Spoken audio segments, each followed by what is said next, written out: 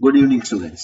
Today, we are going to see the second part of our chapter number 9, that is fundamental duties, fundamental rights, and state policy of directive principles. Okay, directive principles of state policies. Now, today, already we have seen two very important rights, that is, right to equality and right to freedom.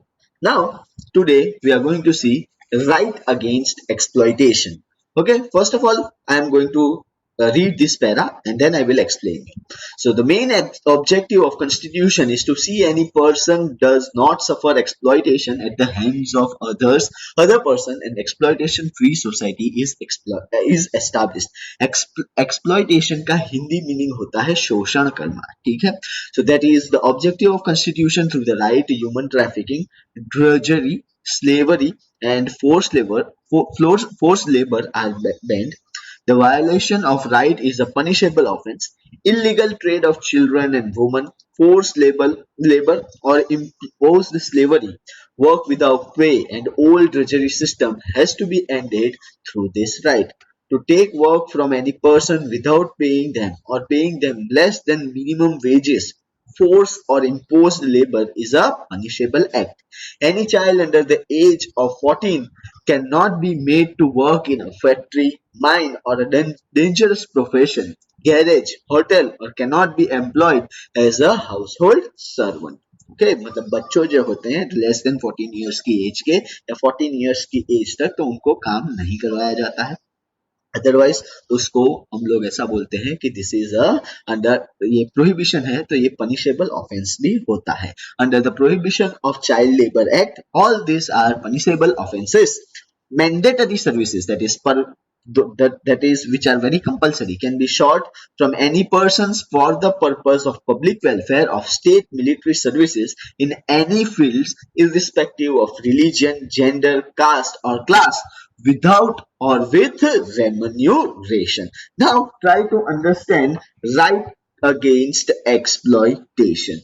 Okay, right against exploitation.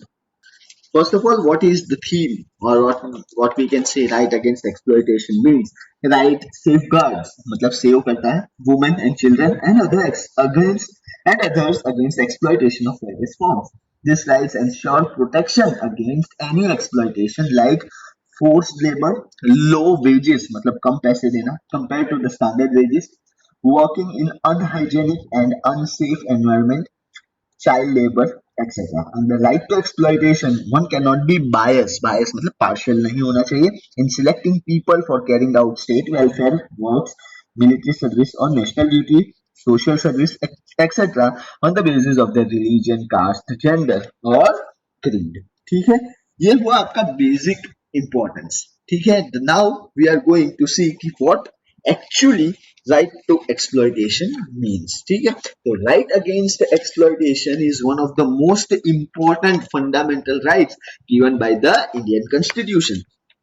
This right protects the citizen in various forms. It aims at protecting citizens from being forced to environmental, domestic, and work hazards. Okay, this right safeguards women and children and other against exploitation of various forms.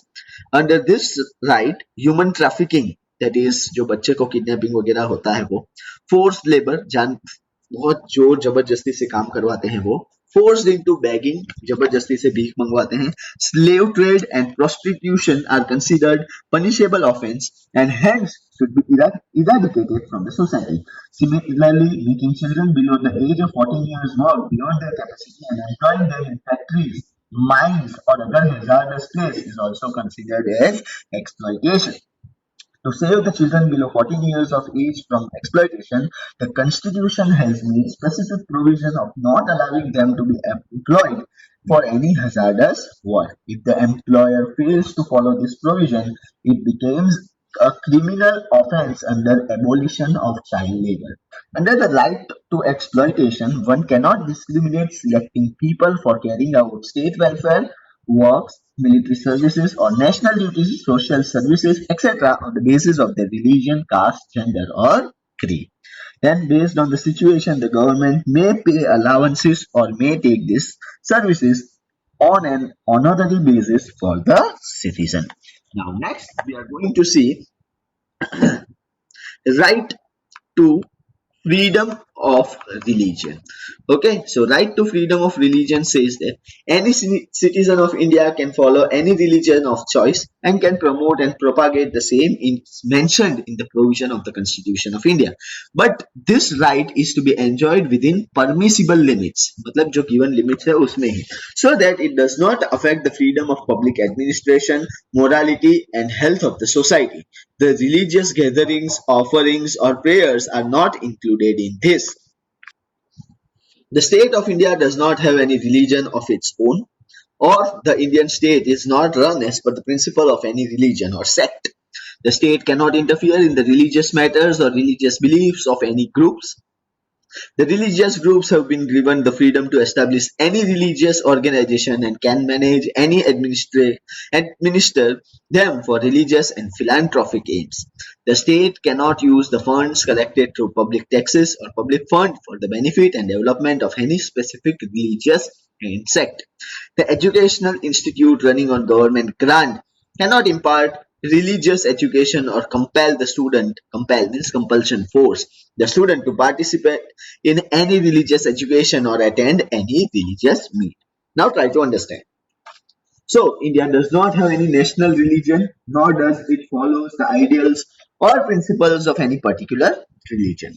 The right to freedom of religion says that every person is equally permitted to enjoy the freedom of his conscience, permits and has the right to acknowledge, practice, and spread his religion.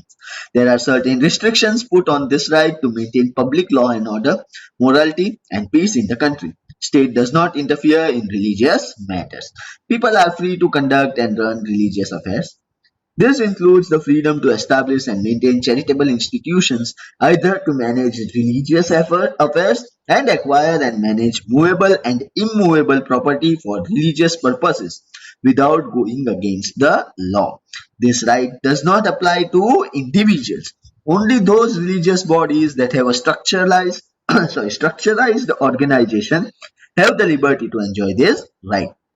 Moreover, the secular activities that these bodies conduct are administered by the government. Then, under this right, religious organizations can also set up and manage educational and other charitable institutions without any intervention of the state as long as these institutes do not pose any threat to public law and order. The government cannot forcibly charge taxes on people who use the money earned through sales of immovable property for protecting or spreading the religion. And last, if a person is attending an educational institute which is either run or acknowledged by the state, then he should not be forced to take part in any religious activity that may be instructed or taught in such institution. He may also not to be forced to attend any religious worship that may performed in such situation or in its premises. Okay. Now next is your cultural and educational rights. ठीक है fifth. So cultural and educational rights. People of various religions, various languages and culture live in India. The people of India have a right to preserve their language, script, cultural identity and ethnicity. Any educational institute which rely on government grant cannot deny admission on grounds of religion, caste, creed, language or any other reason. If any individual appeals to vote on the grounds of religion, caste or language, then it is considered sorry then it is considered as a malpractice as per Act 123 Part 3.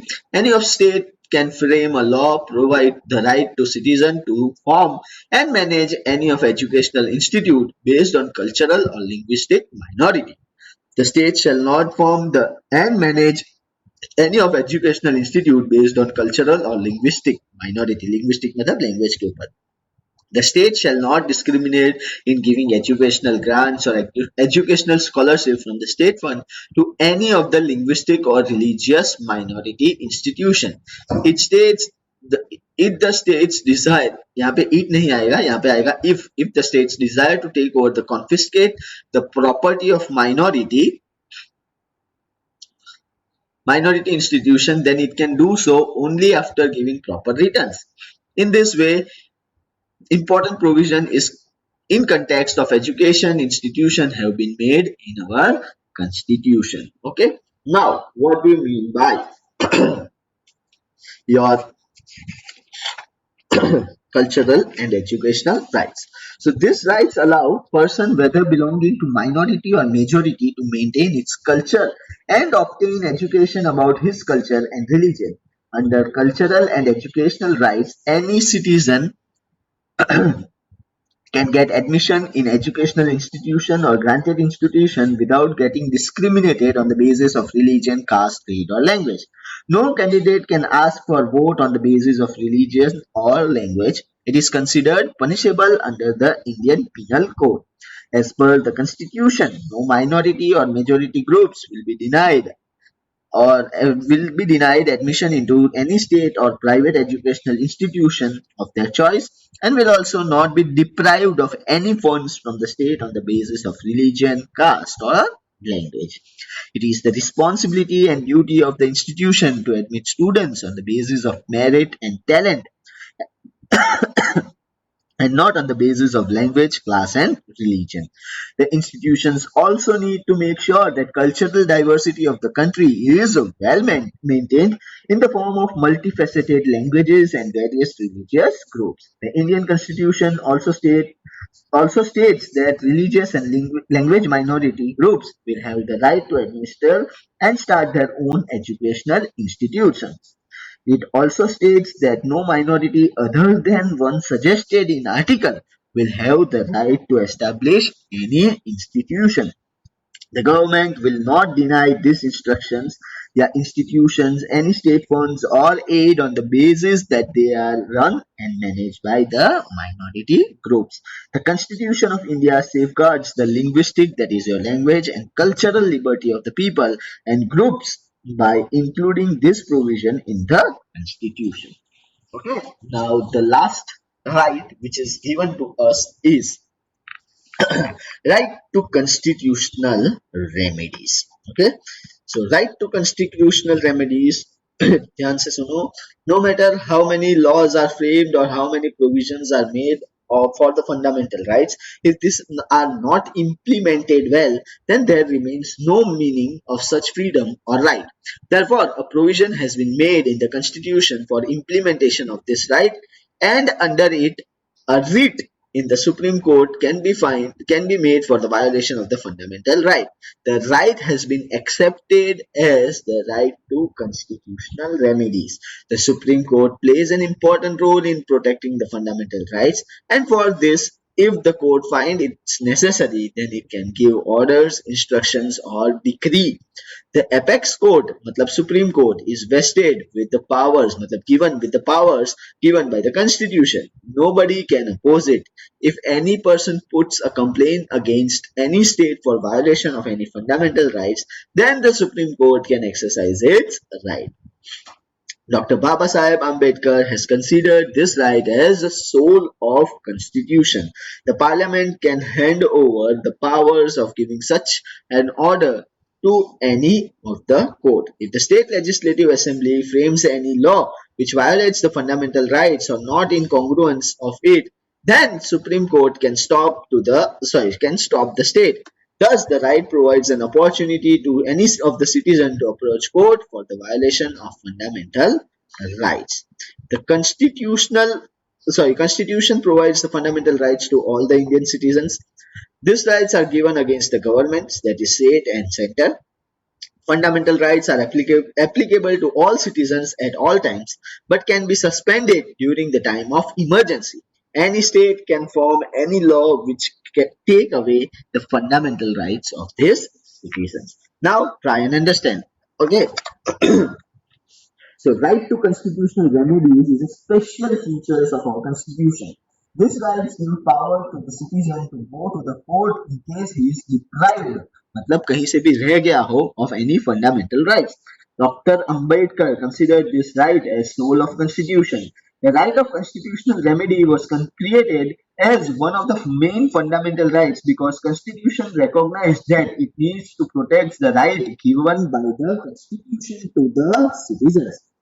In case a person is deprived or denied any of the fundamental rights, he can make use of this right to constitutional remedies, and seek justice from the court of law. If the court finds that person is deprived or denied a fundamental right, then it can issue a writ, that is a legal notice, to one of the to the one who is depriving the person of his right.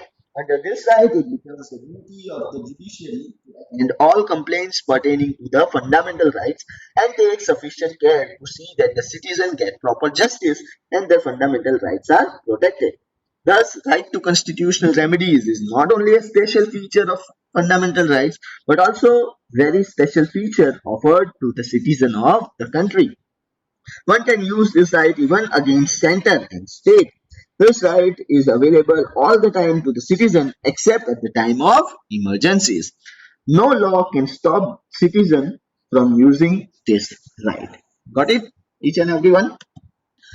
Now fundamental duties. अब government ने हम लोगों को इतने सारे rights दिए हैं, तो अपनी भी कुछ ड्यूटी बनती है अपने इंडियन नेशन के लिए. तो what are the fundamental duties?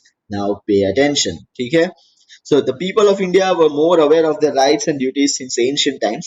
Just as the citizens are given various fundamental rights, various fundamental duties were incorporated by constitutional amendment in 1976. The fundamental duty aims to inculcate love for nation. Inculcate मतलब forcefully नहीं, आप लोगों को अंदर से ऐसी इच्छा होनी चाहिए कि we should love our nation, integrity, that is unity, various high ideals and awareness among its citizens, thereby helping in developing the nation. Every citizen of India should contribute towards the protection of nation's unity, integrity and sovereignty so that there remains peace, security, communal harmony and accord. The fundamental duties are given on the first page of textbook. कोई भी textbook उठा के देख लो या अपनी खुद की SS की textbook देखोगे, let me show you, तो वहां पे आप लोगों को fundamentals duties देखने को मिलेगी. यहाँ पे ध्यान से देखेंगे, these are the fundamental duties. तो आप लोगों को आपकी एसएस की टेक्स्ट बुक पे देखने की मिलेगी. It can be the duty of every citizen of India. ठीक है.